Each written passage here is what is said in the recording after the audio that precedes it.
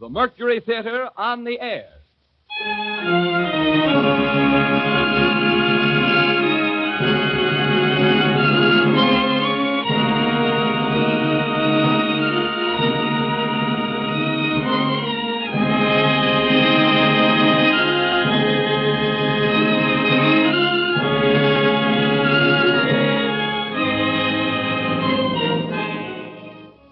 No theatrical organization has done more in recent years to stimulate interest in the American stage than the Mercury Theater, whose outstanding productions of last winter under the direction of Orson Welles were the sensation of the theatrical season.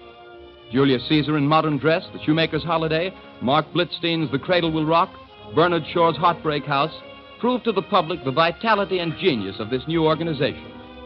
This summer, the Columbia Network introduced Orson Welles and his company for the first time to radio. And tonight we present the Mercury Theater on the air in the fifth broadcast of its unique new series, dramatizing famous narratives by great authors. CBS again welcomes Mr. Welles and his associates to Columbia stations and to the stations of the Canadian Broadcasting Corporation. And here is Orson Welles to tell you about these stories himself. Mr. Welles. Good evening. Tonight, as you were duly warned last week, we are trying out something altogether new. We're telling 3 stories instead of 1. 3 short stories instead of a single long one. Stories about love and ghosts and horse races. 3 stories in the first person singular about young people for grown-ups. I'm a Fool by Sherwood Anderson is the first of the 3.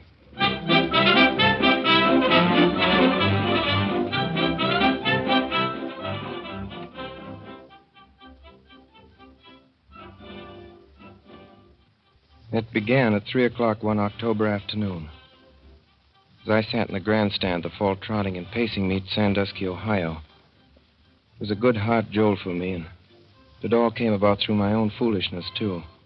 Summer before, I'd left my hometown with a fellow called Bert French with 2 horses that was campaigning through the race meets that year. Gee, it was fun. We had Bucephalus, a big black pacing stallion that could do 209 or 210 if he had to, and a little gelding called Dr. Fritz that never lost a race all fall, and Bert wanted him to win. Gee whiz, it was fun. You got to a county seat town, maybe say on a Saturday or Sunday, and the fair began the next Tuesday, and you took your horses to the track and fed them and got your good clothes out of a box and put them on, and the town was full of farmers gaping because they could see you were horse race people, and you went into a saloon, the 2 of you, Bert and I, and all the dudes came and stood around asking questions, and all you did was to lie, and lie all you could about what horses you had, and I said I owned them, and then some fella'd ask us to have a drink of whiskey with him, and Bert'd lead him on. What was that you said, sir? I asked you, gentlemen, if you'd have a drink with me. Oh, well, all right. I'm agreeable to a little nip. Tell you what I'll do, sir. I'll split a quart with you. All right. Gee whiz. That isn't what I want to tell my story about. We got home late November, and I promised Mother I'd quit the races for good. There's a lot of things you gotta promise a mother because she don't know any better.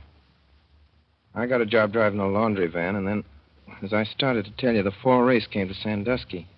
I got the day off, and I went. Had on my good clothes and my new-bound derby hat and a stand-up collar. I had $40 in my pocket and 3 25-cent cigars and a drink of whiskey inside me that was bought me at the West House by a fellow with a cane and a Windsor tie. Gee, it was fun being on a track again. George, Mr. George, get it down, get it down. What do you give for Ptarmigan? 5-2, Ptarmigan, 5-2, no marigold. I looked around for Bert French, and there he was, standing around with his horses. Hello, Bert.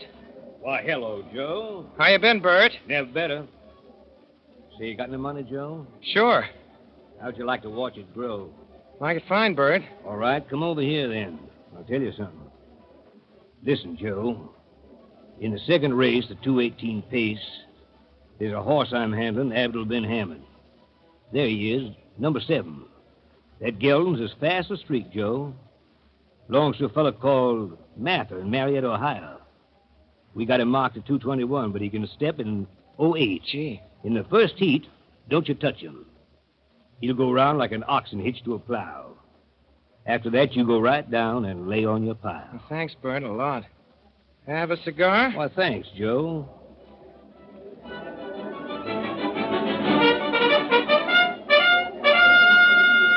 Well, sir, I went and bought myself the best seat I could get right in the grandstand. I didn't go in for any of those boxes. Well, that's putting on too many years. Well, right in front of me in the grandstand that day, right in front, there was a fellow with a couple of girls. And they was about my age. The young fellow was a nice guy, all right. And he had his sister with him and another girl, and the sister looked around over his shoulder, accidentally at first, not intending to start anything. She wasn't that kind. And her eyes and mine happened to meet. You know how it is. Gee, she was a peach. She had on a soft dress, kind of blue stuff, and I blushed when she looked right at me, and so did she. She was the nicest girl I ever seen in my life. She wasn't stuck on herself. She could talk, proper grammar without being like a school teacher or something like that. What I mean is, she was okay.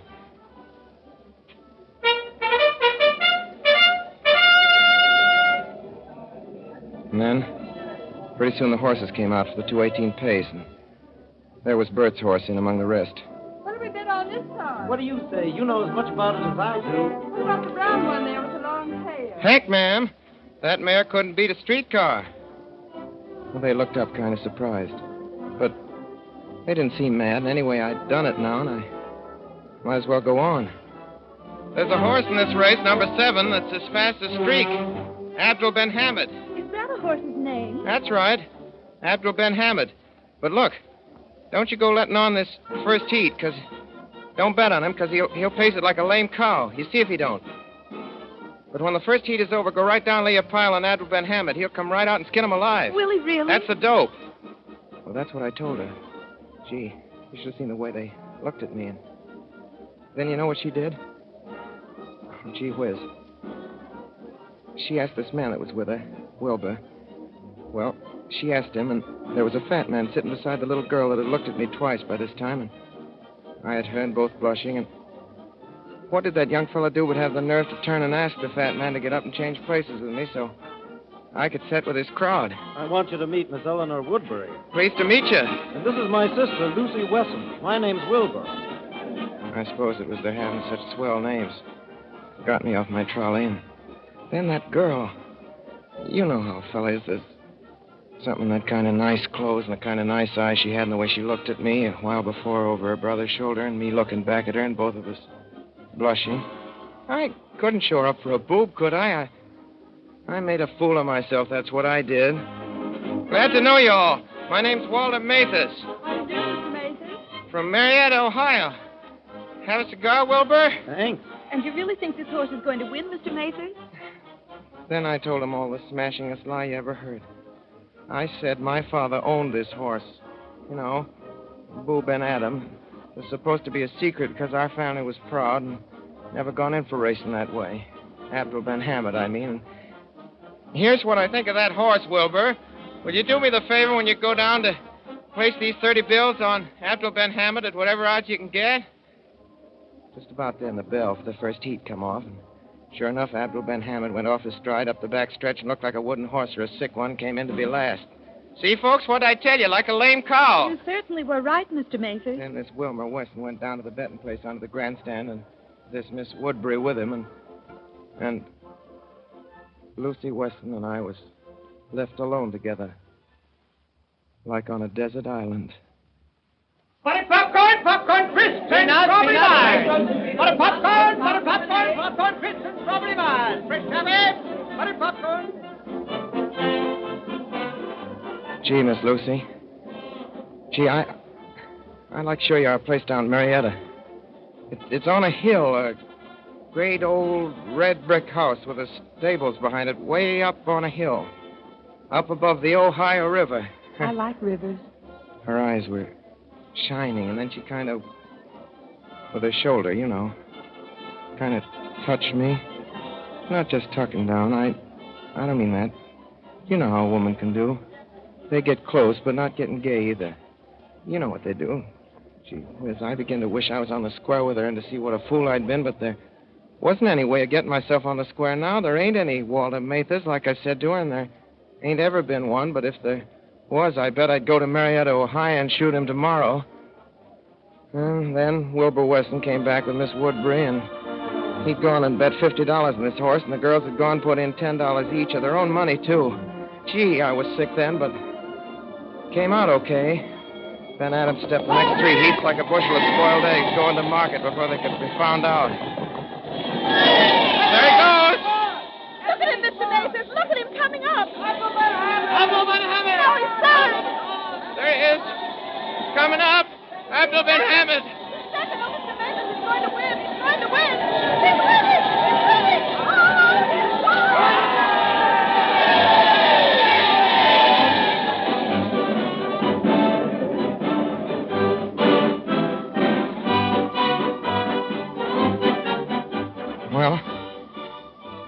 Well, we all got 9-2 for our money. After the race, we had a hack downtown, and Wilbur stood us a swell supper at the West House and a bottle of champagne besides, and there was I with that girl, big boot that I am. She wasn't saying much, and I wasn't saying much either. One thing I know. She wasn't stuck on me because of the lie about my father being rich and all that. There's a way, you know. Craps almighty, there's a kind of girl you see just once in your life. You don't get busy and make hay, then you're gone for good, and all you might just as well go jump off a bridge, because what it means is you want that girl to be your wife, and you want nice things around her, like nice flowers and swell clothes, and you want her to have the kids you're going to have. You want good music played and not ragtime. Gee whiz. Well, there's a place over near Sandusky across a kind of bay, and it's called Cedar Point. And after we'd had supper, we went over to it in a launch. Just the 4 of us. By ourselves. What time does the train leave, Wilbur? 10:40. And is that the last train? Yeah, that's the last train. Oh, Shaw.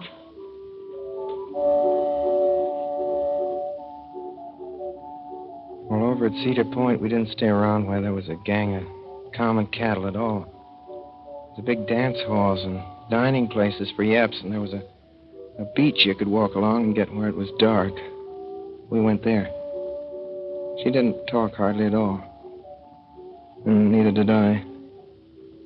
I was thinking how glad I was my mother was all right. Always made us kids learn to eat with a fork at table and not spill soup and not be noisy and rough like a gang you see around a racetrack, you know, that way. Hey, Lucy! Lucy, we're going up the beach a ways. Are you coming? Go on ahead. We'll wait for you here.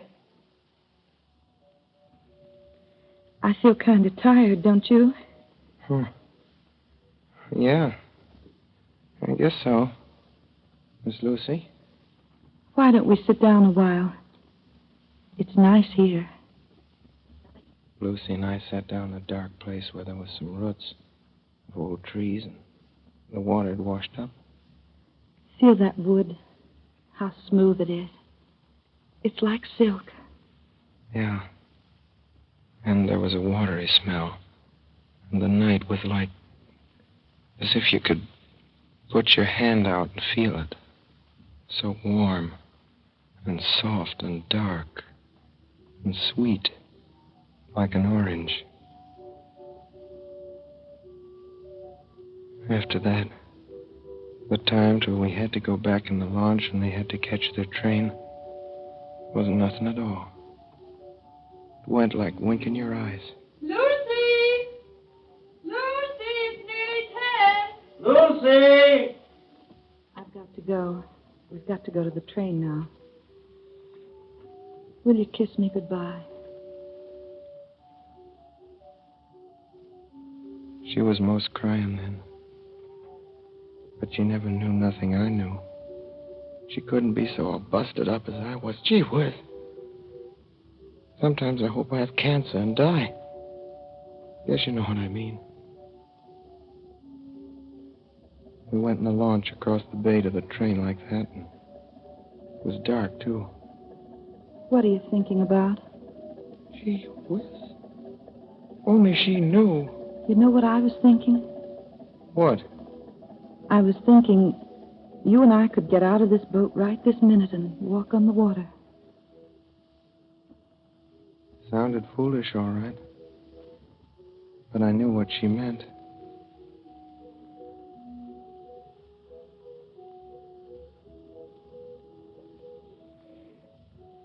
And then, quick, we were right at the depot. There was a big gang of yaps crowded, milling around like cattle, and how could I tell her? It won't be long because you'll write and I'll answer you. I got a chance like a hay barn afire, a swell chance I got to answer her. All aboard! Full hand up, gate, wide, green street, Kermit, Kiffin, all aboard! Yeah, and maybe she'd write me down at Marietta that way, and the letter'd come back. And stamped on the front of it by the USA, there ain't any such guy. Or something like that. Ever they stamp on a letter that way. All aboard! Bye, Walter. Thanks for the tip-off. Bye. Goodbye. Goodbye.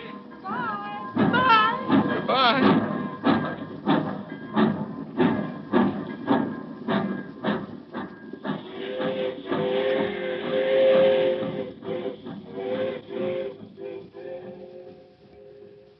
When that train went, I busted out and cried like a kid. Gee, I could have run after that train and made man o' war look like a freight train after a wreck, but socks almighty. What's the use? Did you ever see such a fool? Me trying to pass myself off for a big bug and a swell. To her. Did you ever see such a fool? I'll bet you what. If I had an arm broke right now or a train had run over my foot, I wouldn't go to no doctor at all. I'd go sit down, let it hurt and hurt. That's what I'd do. Big fool that I am. I'll bet you what. I'll bet you if I hadn't drunk that booze, I never been such a boob as to go tell such a lie. A lie that couldn't ever be made straight to a lady like her. I wish I had that fellow right here that bought me that drink. I'd smash him for fair gosh darn his eyes. He's a big fool, that's what he is. If I'm not another, you just go and find me one and I'll quit working and be a bum, give him my job. I don't care for working and earning and saving it for no such boob as myself.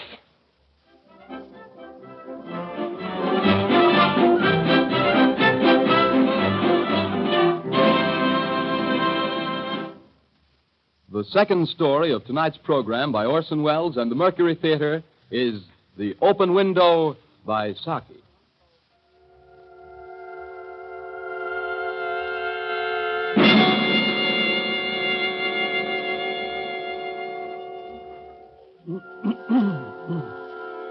My name is Frampton Nuttall. I am a very nervous man. The doctors are not entirely in agreement in the matter of my diet. They have agreed to a man in ordering me complete rest, an absence of mental excitement, and avoidance of anything in the nature of violent physical exercise. It was the doctor's idea that I should go to the country for a week for my health. But it was my sister, Matilda Nuttall, who insisted on Mole Barrington. I know how it'll be, Frampton. You will bury yourself down there and not speak to a living soul, and your nerves will be worse than ever from moping. I'm not given to moping, Matilda. Oh, yes, you are, Frampton. I shall give you letters to all the people I know in Mole Barrington.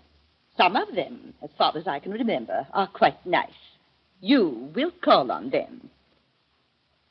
That is how I came to visit Mrs. Sappleton. Hello. I would like to see Mrs. Sappleton. My name is Frampton Nuttall. Really? I have a letter to Mrs. Sappleton from my sister. I see. Won't you come in and sit down? I was led into the drawing room by a young lady of about 15 with unnaturally long legs, a great many freckles on her face, and gray eyes. I'll tell my aunt you're here. What did you say your name was? Nuttall. Frampton Nuttall. I'll tell my aunt, Mr. Nuttall. I wondered whether Mrs. Sappleton was in the married or widowed state. An indefinable something about the room seemed to suggest masculine habitation. A large French window opened on the garden. Through it I could see a well-kept lawn, and beyond that the darker green of the fens. The scene was delightfully peaceful. I'm sorry, Mr. Nuttall. My aunt will be down presently. In the meantime, you must try and put up with me. Oh, yes. Mr. Nuttall, Yes. do you know many of the people around here? Not a soul. My sister was staying here at the rectory, some 4 years ago, and she gave me letters of introduction to some of the people here. Then you know practically nothing about my aunt, Mr. Nuttall? Only her name and address. Oh. My aunt's great tragedy happened just 3 years ago. 3 years ago. That would be since your sister's day. Her tragedy? Yes. We try not to talk about it. You may wonder why we keep that window open on an October afternoon. Why, it's quite warm for the time of year. That's not why we keep it open, Mr. Nuttall. It hasn't anything to do with the tragedy, has it? Yes, it has, Mr. Nuttall. Out through that window, 3 years ago today, my aunt's husband and the 2 young brothers went off for their day's shooting. They never came back. In crossing the moor to their favorite snipe shooting ground, they were all 3 engulfed in a treacherous piece of bog. It had been that dreadful wet summer, and places that were safe in other years gave way suddenly without warning. Their bodies were never recovered. That was the dreadful part of it. Oh. Poor aunt always thinks they'll come back someday. They and the little brown spaniel that was lost with them, and walk in at that window just as they used to do. That is why the window's kept open every evening till it is quite dusk. Oh. Poor dear aunt. She often told me how they went out. Her husband with his white waterproof coat over his arm, and Ronnie, her youngest brother, singing, Bertie, why do you bound like this? I said, Bertie, why do you bound? As he always did to tease her, because she said it got on her nerves. Do you know, sometimes on still, quiet evenings like this, I almost get a creepy feeling that they'll all walk in through that window. It was a relief when Mrs. Sappleton came into the room. Oh, I'm so sorry to have kept you waiting, Mr. Nuttall. I do hope Vera has been amusing you. She has been very interesting. It's so nice of you to come and see us, Mr. Nuttall. I do hope you don't mind the open window. Why, no. No. Open window? No. My husband and brothers will be home directly from hunting, and they always come in this way. They've been out for snipe in the marshes today, so they make a fine mess over my poor carpets. So like you men folk, isn't it? Do you hunt, Mr. Nuttall? It was horrible the way the poor woman's mind dwelt on the topic of hunting. I looked up and the girl's eyes caught mine. She shook her head sadly. I tried desperately to change the subject. I told her that I was in Mole Barrington for my health. But I was conscious that Mrs. Sappleton was giving me only a fraction of her attention, and her eyes were constantly staring past me to the open window and the lawn beyond. Then, suddenly, I saw her stiffen. She was staring at the window. Here they are. Here they are now, just in time for tea. I turned toward the niece. The child was staring through the open window with dazed horror in her eyes. I turned and looked in the same direction. In the deepening twilight, 3 figures were walking across the lawn toward the window. They all carried guns under their arms, and one of them carried a white waterproof coat hung over his shoulders. A tired brown spaniel kept close at their heels. Noiselessly, they neared the house. Oh, good heavens. Oh, good heavens! Help! Help!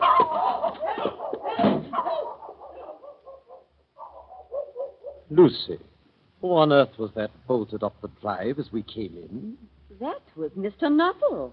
I can't imagine what came over him. I expect it was the spaniel that did it. Mr. Nuttall told me he had a horror of dogs. Vera? Yes, Aunt Lucy? Vera, what did you say to Mr. Nuttall before I came into the room? Nothing, Aunt Lucy. Mr. Nuttall did all the talking. I didn't say anything. He told me the strangest things. He was once hunted into a cemetery somewhere on the banks of the Ganges. by a pack of pariah dogs and had to spend the night in a newly dug grave with the creature snarling and grinning and foaming just above his head. Enough to make anyone lose their nerve afterwards.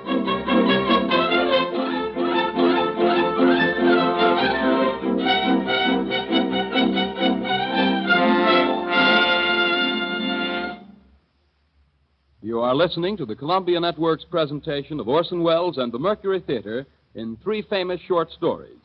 You have just heard the first 2 of these, I'm a Fool and The Open Window. We will present the 3rd story in a moment. This is the Columbia Broadcasting System. The Columbia Network is presenting 3 famous short stories. And now the Mercury Theater and Orson Welles resume with My Little Boy by Carl Ewald.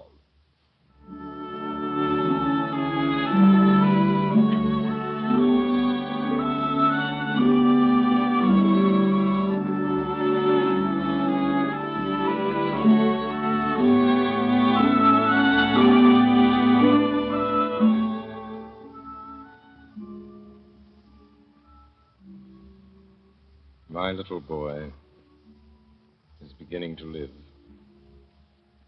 Carefully, stumbling now and then on his little knock-kneed legs, he makes his way through the world, looks at everything that there is to look at, and bites at every apple, both those that are his due and those which are forbidden him.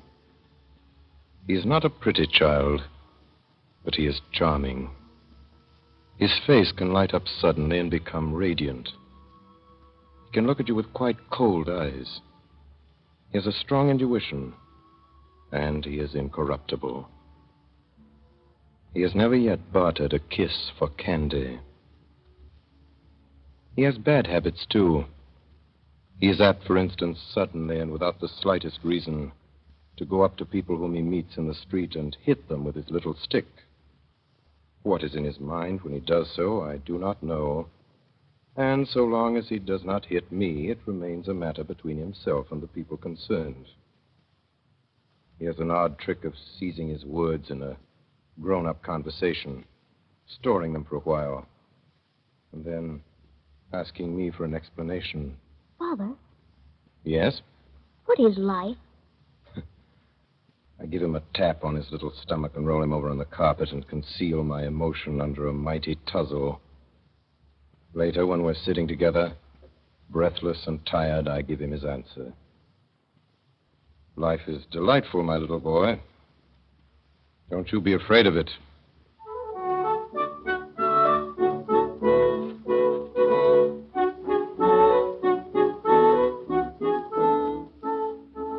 My little boy is given a penny by Mary, the cook, with instructions to go to the baker's and buy some biscuits. I stand at my window and see him cross the street in his slow way and with bent head. Only he goes slower than usual, with his head bent more deeply between his small shoulders. He stands long outside the baker's window, where there is a confused heap of lollipops and chocolates and sugar sticks. Then he lifts his hand, opens the door, disappears, and presently returns with a paper bag, eating with all his might. And I, who, heaven be praised, have myself been a thief in my time, go all over the house and give my orders. My little boy enters the kitchen. Put the biscuits on the table. He stands still for a moment and looks at Mary and at the table and at the floor. Then he goes into the living room where his mother is sitting. You're quite a big boy now that you can buy biscuits for Mary. His face is very long. He says nothing. He comes quietly to me, sits on the edge of a chair. Hello. Hello. You've been over the way at the baker's. What did you buy at the baker's? Lollipops. Oh, well, I never. What fun. Well, you had some lollipops this morning. Who gave you the money this time? Mary. Really? Well, Mary is certainly fond of you, isn't she? Remember the lovely ball she gave you for your birthday? Father. Mary told me to buy a penny's worth of biscuits. Oh, dear. It is very quiet in the room. My little boy cries bitterly, and I look anxiously before me and stroke his hair. Well, you fooled Mary badly. She needs those biscuits, of course, for cooking. She thinks they're on the kitchen table, and when she goes to look, she won't find any. Mother gave her a penny for biscuits. Mary gave you a penny for biscuits, and you go and spend it on lollipops. What are we going to do? If only we had a penny, then you could rush across the street and fetch the biscuits. Father, there's a penny on Mother's writing table. Oh, is there really? No, I'm afraid that's no use to us, my little boy. That penny belongs to Mother. The other was Mary's. People are so terribly fond of their money and get so angry when you take it from them. I can understand that, for you can buy such an awful lot of things with money. You can get biscuits and lollipops and toys and clothes and half the things in the world. And it's not so easy to make money either. Now, Mary, she has to spend the whole day cleaning rooms and cooking dinner and washing up before she gets her wages. And out of that, she has to buy clothes and shoes. And you know she has a little girl whom she has to pay for at Mrs. Olson's. She must certainly have saved very cleverly before she managed to buy you that ball for your birthday. Father, haven't you got a penny? Here's my purse. Look for yourself. Not a penny in it. Spent the last this morning. We walk up and down. We sit down and get up and walk about again. We're very gloomy. We're bowed down with sorrow and look at each other with great perplexity. There might be one hidden away in a drawer somewhere. Oh, yes. If only we could find a penny. Oh, here's one. Hooray. Look, Father. A penny. Hooray. It's a penny. Hurry now. You go this way through my door. Then run back quickly up the kitchen stairs with the biscuits and put them on the table. I'll call Mary so that she doesn't see. And we won't tell anybody. He's down the stairs before I've done talking. I run after him. Hey there. Hey. Wasn't it a splendid thing we found that penny? Oh, yes, yes. And he laughs for happiness. And I laugh, too. His legs go like drumsticks across to the baker's. From my window, I see him come back, running with red cheeks and glad eyes. He's committed his first crime. He's understood it. He has not the sting of remorse in his soul, nor the black badge of forgiveness on his cap. The mother of my little boy and I sit until late at night talking about money, which seems to us the most difficult matter of all. For our little boy must learn to know the power of money and the glamour of money and the joy of money. He must earn much money and spend much money. Yet there were 2 people yesterday who killed a man to rob him of $4.37.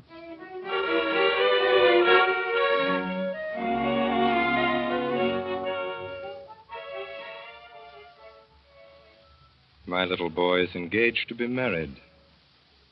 She's a big, large-limbed young woman, 3 years his senior. Her name is Gertie. By a misunderstanding, however, which is pardonable at his age and, moreover, quite explained by Gertie's appearance, he calls her Dirty. Little Dirty, and by this name she will be handed down to history. I want a girl for myself. Quite right, my boy. Either I know very little of mankind, or he has made a fortunate choice. No one is likely to take Dirty from him. Like the gentleman that he is, he at once brings the girl home to us and introduces her. Owing to the formality of the occasion, he does not go by the kitchen way as usual, but rings the front doorbell. I open the door myself. There he stands on the mat, hat in hand, with Dirty, his bride, and with radiant eyes. Father, this is little Dirty. She's my sweetheart. We're going to be married. That's what people usually do with their sweethearts. Come in, Dirty, and be welcomed by the family. Wipe your feet, Dirty.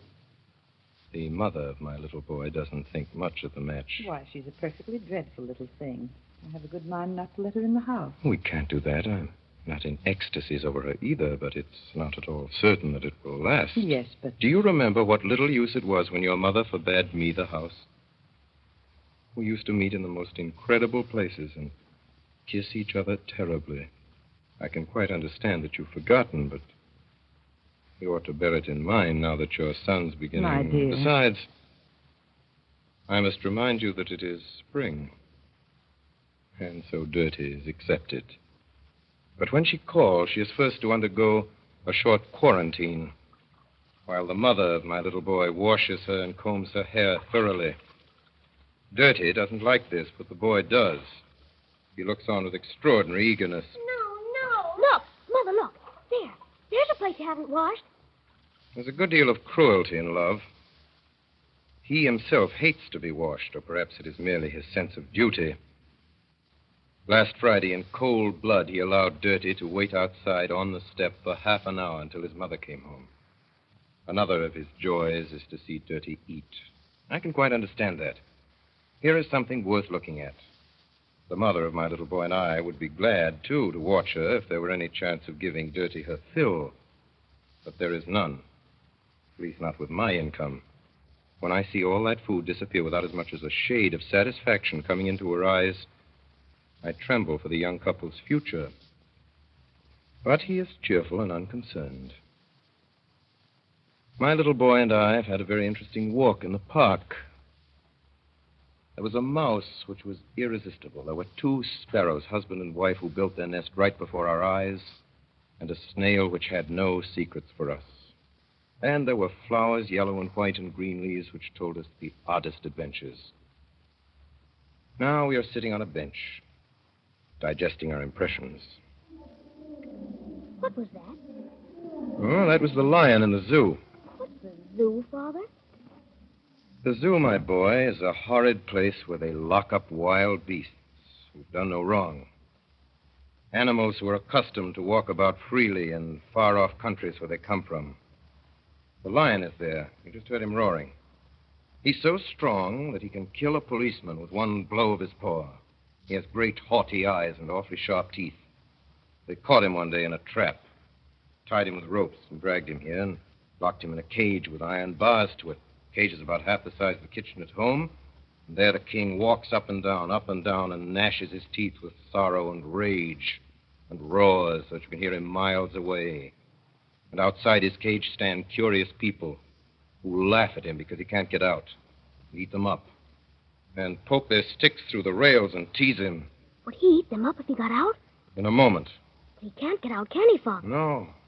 That's awfully sad. He can't get out. Well, Father, let's go and look at the lion.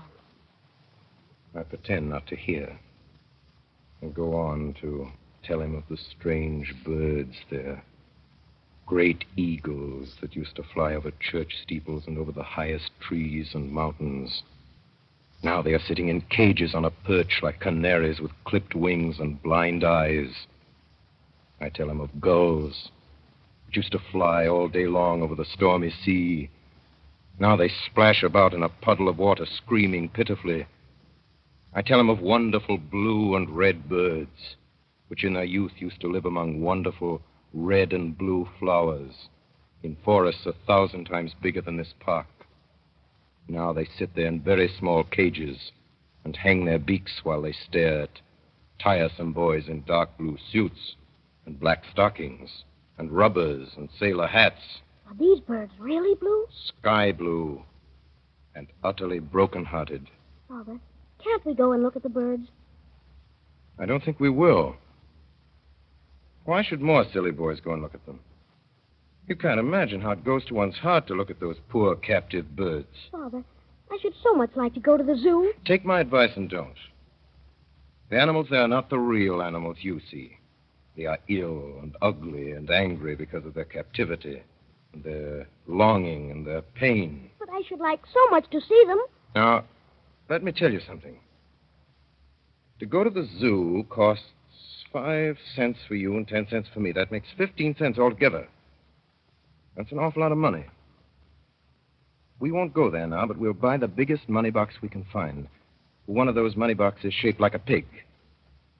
Then we'll put 15 cents in it, and every Thursday we'll put 15 cents in the pig. By and by, that'll grow to be quite a fortune. Such a fortune that when you're grown up, you can take a trip to Africa yourself and to the desert and hear the wild, the real lion roaring and tremble just like the people tremble down there. Father, I'd rather go to the zoo now. Shall we go and have some ice cream at Justice? I'd rather go to the zoo. You're not going to the zoo. Now we'll go home. And home we go, but we're not in a good temper. course, I get over it and buy him an enormous money-box pig. We put the money into it, and he thinks that most interesting. But late in the afternoon, I find him in the nursery, engaged in a piteous game. He has built a cage in which he has imprisoned the pig. He is teasing it and hitting it with his whip. Can't get out and bite me, you stupid pig. You can't get out, do you hear? You can't get out. You can't get out.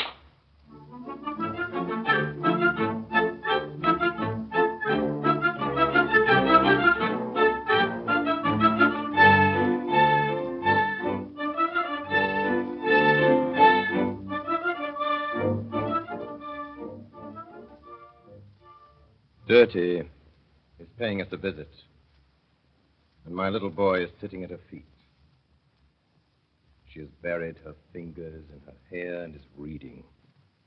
Reading. Thou shalt not steal. Thou shalt not bear false witness against thy neighbor. Thou shalt not covet thy neighbor's house.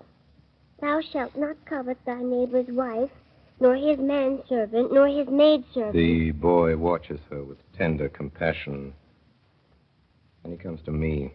Father, must Dirty do all the 10 Commandments say? Yes? Thou shalt not kill. Thou shalt not steal. Thou shalt honor thy father and thy mother.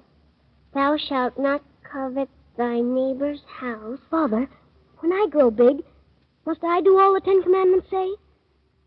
Yes? Father, do you do all the 10 Commandments say? Yes? Well, Father, I don't believe that I can do all those things that the 10 Commandments say.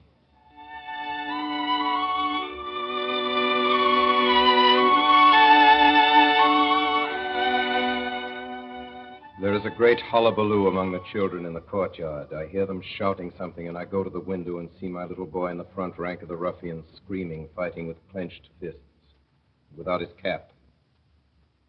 I know that he'll come up before long and tell me about it. Presently appears. He stands still, as is his way, by my side. Says nothing. I steal a glance at him. He's greatly excited and proud and glad, like one who has fearlessly done his duty. Well, what fun you've been having down there. Well, it was a Jewish boy we were beating up. What? A Jewish boy? Were you beating him up? Yes. What had he done? Nothing. He seems puzzled. I look so queer suddenly. Now I snatch my hat and run out of the door as fast as I can. Come! We must find this Jewish boy and beg his pardon. My little boy hurries after me. He does not understand a word of it, but he is terribly in earnest. What's his name? Nathan. Nathan! Nathan! There's nobody in the courtyard. We go out in the street. Nathan! All in vain. The Jewish boy and his persecutors are blown away into space. So we go and sit up in my room again. Well, nothing to be done now. Hope you'll meet that Jewish boy someday so that you can give him your hand and ask him to forgive you. You must tell him that you did it only because you were stupid. But if another time anyone does him any harm, I hope you'll go in and help him and beat up the other fellow as long as you can move a limb. Yes, Father. I can see by my little boy's face that he is ready to do what I wish. So now I have to explain. Now, let me tell you. The Jews are by way of being quite a wonderful people. You remember David, about whom Dirty reads at school? He was a Jewish boy. And the child Jesus, whom everybody worships and loves. Although he died 2,000 years ago, he was a Jew, too. My little boy stands with his arms on my knee. Now, the old Hebrews rise before us in all their splendor and power. They ride on their camels in coats of many colors and with long beards. Moses and Joseph and his brethren, and Samson and David and Saul. We hear wonderful stories. The walls of Jericho fall at the sound of the trumpet. What next? Who Go on, Father, go on.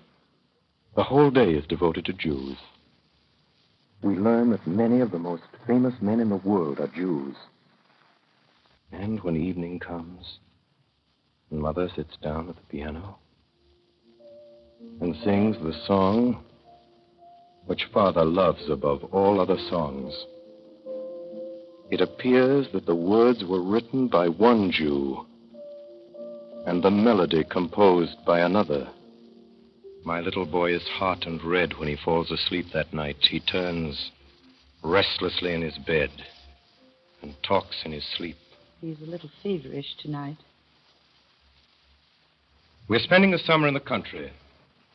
A long way out where the real country is. Cows and horses, pigs and sheep, a beautiful dog and hens and ducks form our circle of acquaintances. The sun burns us. We eat like farmhands, sleep like guinea pigs, and wake like larks.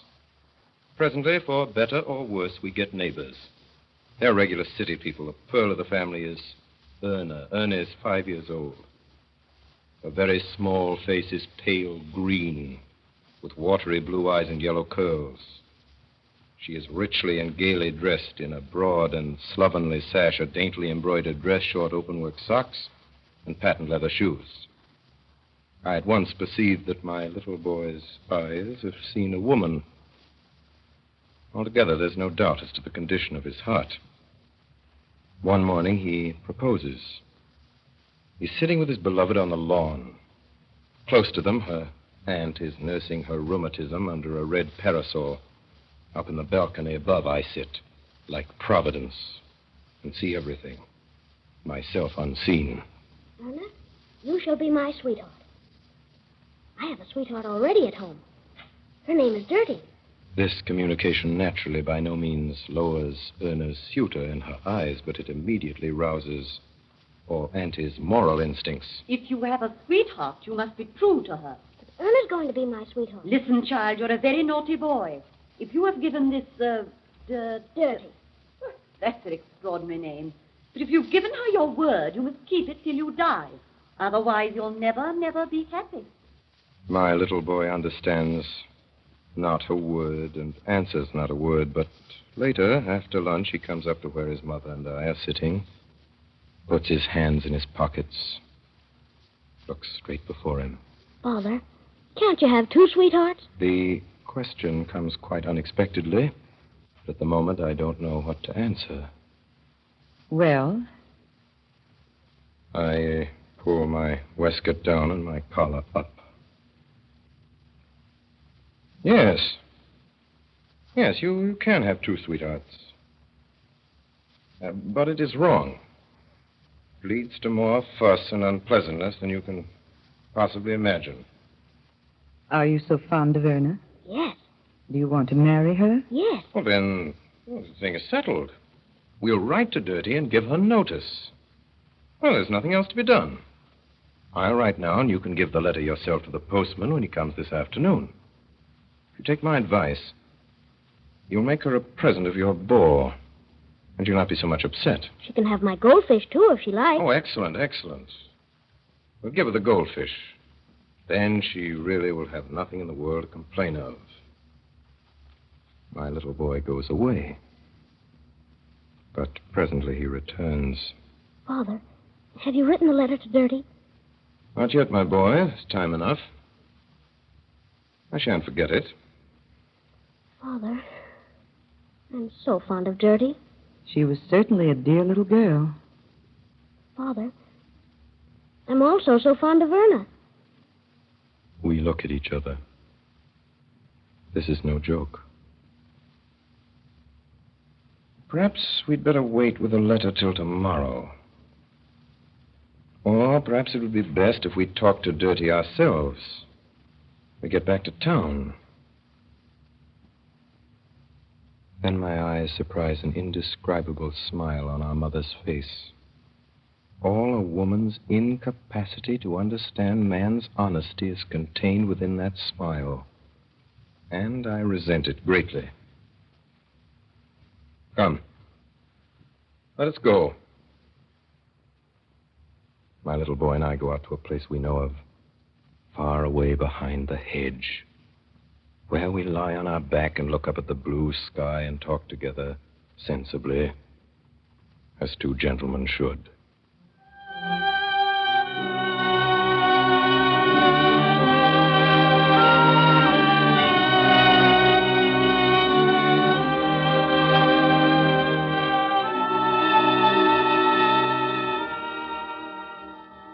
My little boy is going to school. We can't keep him at home any longer, says his mother. He himself is glad to go, of course, because he doesn't know what school is. I know what it is, and I know also that there is no escape for him, but I am sick at heart. So we go for our last morning walk along the road where something wonderful has always happened to us. We sit down by the edge of our usual ditch, and suddenly my heart triumphs over my understanding. I just want to tell you that school is a horrid place.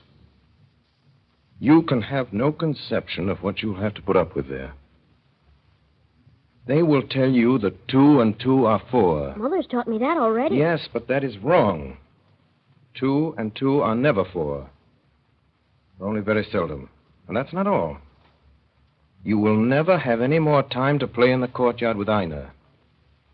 When he shouts to you to come out, you'll have to sit and read about a lot of horrible old kings who've been dead for hundreds and hundreds of years, if they ever existed at all, which, for my part, I simply don't believe. My little boy doesn't understand me. But he sees that I'm sad. Puts his hand in mine. Mother says that you must go to school to become a clever boy. Mother says that Einar is ever so much too small and stupid to go to school. I bow my head, and nod, and say nothing. I take him to school. See how he gallops up the steps without so much as turning to look back at me. Here ends this story about my little boy. What more can there be to tell? He is no longer mine. I have handed him over to society. There was nothing else to be done. Really? Was there nothing else to be done? I wonder. Small boys have a bad time of it, you know. They had a worse time of it in the old days. That's poor comfort. The world is still full of parents and teachers who shake their stupid heads and turn up their old eyes and cross their flat chests with horror at the wickedness of youth. Children are so disobedient, they say, so naughty, so self-willed, and talk so disrespectfully to their elders. And what do? We who know better. We do what we can. She says it in such a way, and looks at me with 2 such sensible eyes, and is so strong and so true, that I suddenly think things quite well for our little boy. And I become quiet and cheerful like herself. Those teachers of his better look out, though. My little boy, for all I care, may take from them all the English and geography and history that he can, but they shan't throw dust in his eyes about the important things. I shall keep him awake, and we shall have great fun finding them out. And I shall help him with his English and geography and history.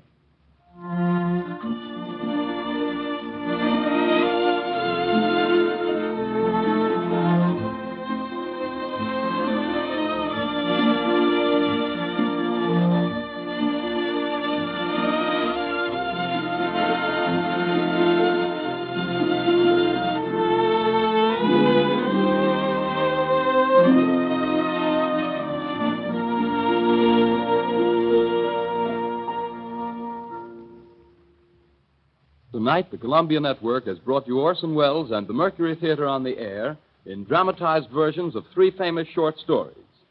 I'm a Fool by Sherwood Anderson, The Open Window by H.H. Munro, Saki, and My Little Boy by Carl Ewald. We now present the star and director of these broadcasts, Orson Welles. My little boy grew up to be a writer, like his father, Carl Ewald. And according to Mr. Alexander Wolcott, who made widely known that indescribably lovely testament of love, my little boy has chiefly distinguished himself in Denmark as the translator of successful English novels, including The Green Hat. The second and somewhat sinister posy in this evening's children's garland was The Open Window by H.K. Munro, who signed himself Saki. It has been said of Hector Munro that he was entirely incapable of boring a fellow creature. It is, God knows, eternally true of Saki. Indeed, his sister's earliest recollections of him, in the nursery where he and their brother Charlie had been rashly left to their own devices, is worthy of his most improbable heroes. To quote from her, Hector had seized the long-handled hearth-brush, plunged it into the fire, and chased Charlie and me around the table, shouting, "I am God, I am going to destroy the world." H.K. Munro joined up at the beginning of the war and was killed by a sniper on the 14th of November, 1916, just before dawn. The author of our opening bill, that searching and poignant confession of a young lover who lied and lost, is this moment the editor of two newspapers in Marion, Virginia, one Democratic and the other Republican. This virtually perfect condition of life is the happy ending of a career that commenced surprisingly and suddenly one hot afternoon when Mr. Sherwood Anderson was the manager of a paint factory in Elyria, Ohio.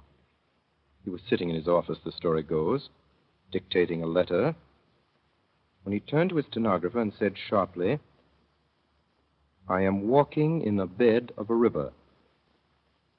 He then put on his hat and walked out of the paint factory and also out of Elyria, Ohio, never to return. But Sherwood Anderson never forsook his native state. Not really. After all, nothing could be more faithful to it than I'm a fool. Well, next week, Charlotte Bronte's Jane Eyre. Till then, thanks, everybody, and good night.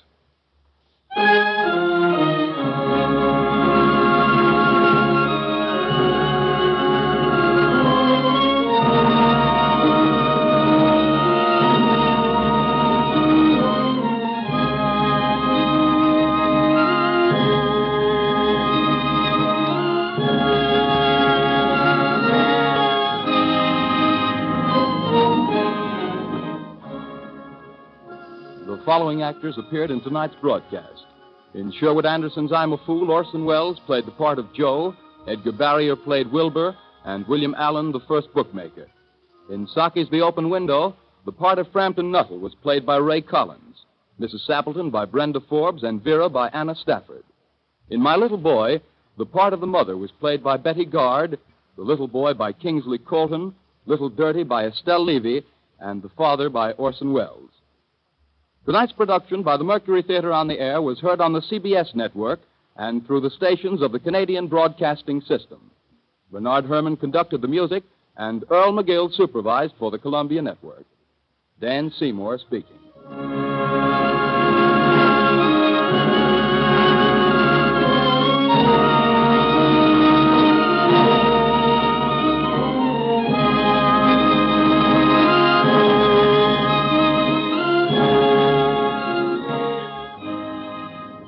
This is the Columbia Broadcasting System.